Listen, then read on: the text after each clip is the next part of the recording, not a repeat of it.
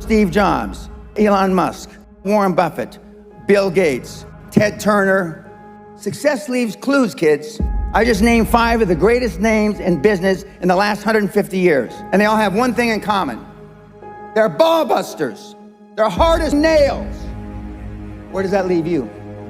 I still work 50, 60 hours a week. And I haven't had to work in 35 years.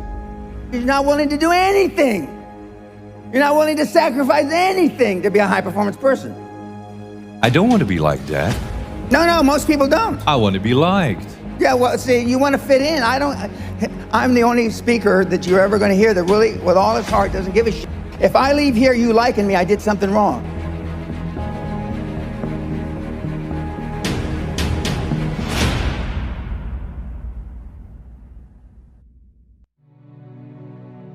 If we would like to improve the quality of our lives, personally and professionally, what would be your advice?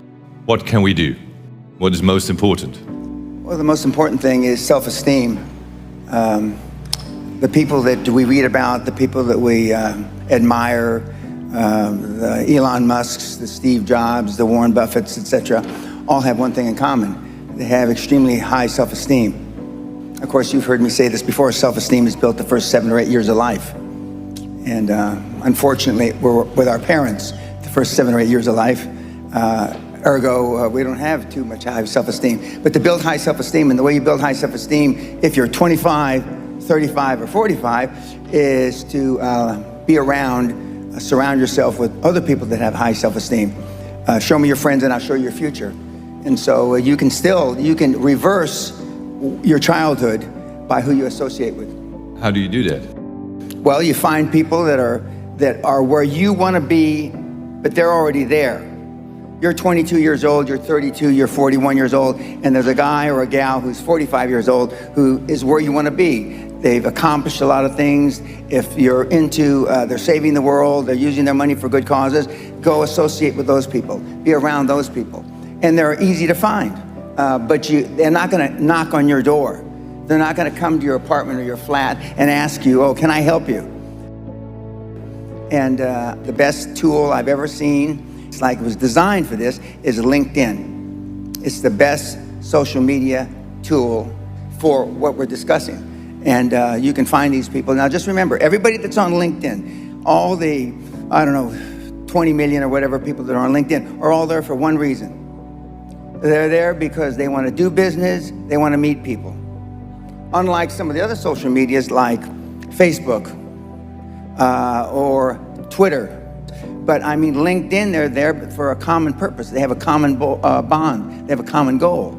They want to expand their horizons, and it's a great tool.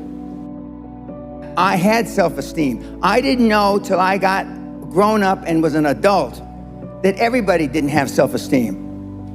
I didn't understand that. I didn't realize that everybody didn't have self-confidence.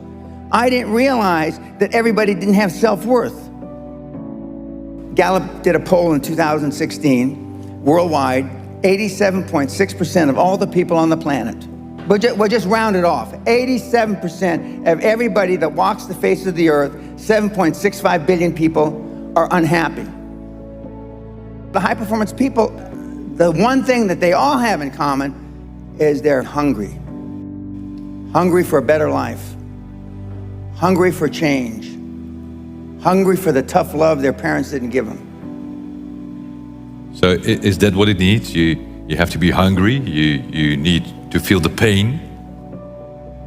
Growth only comes through pain. No pain, no gain. It's the same in life. If love got the job done, you wouldn't need podcasts, you wouldn't need seminars. It doesn't. Tough love gets the job done. But being liked doesn't get you a raise when you're working for whoever you're working for. Efficiency, accountability.